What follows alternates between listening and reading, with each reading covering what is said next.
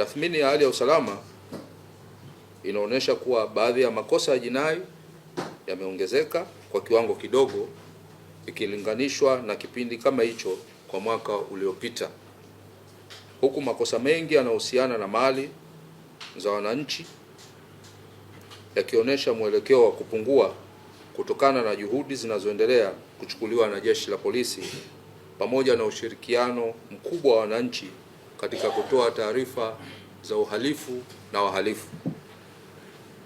Aidha, operation maalum zilizofanyika dhidi ya dawa za kulevya na biashara haramu zimeongeza uwezo wa Jeshi la Polisi kuwabaini na kuwachukulia hatua wahusika wa vitendo hivyo.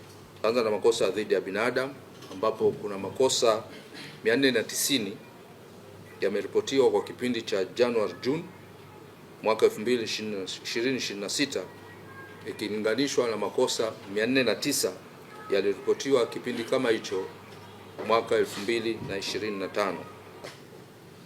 Kulawiti katika kipindi cha Januari-Juni 2026 yameripotiwa makosa 94 ikilinganishwa na makosa 42 yaliripotiwa kipindi kama hicho mwaka 2025.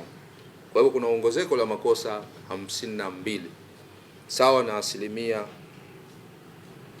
123.8. Tuitumie mitandao ya kijamii vizuri na kujiepusha na matumizi mabaya ya mitandao hiyo.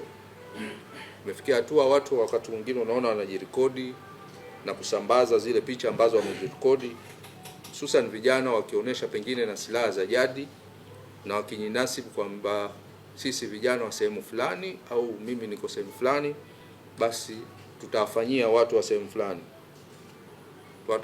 Tunatahadharisha tu kama kufanya hivyo ni kosa la jinai kwa mujibu wa sheria ya makosa ya mitandao ya mwaka 2015 pamoja na sheria nyingine za nchi.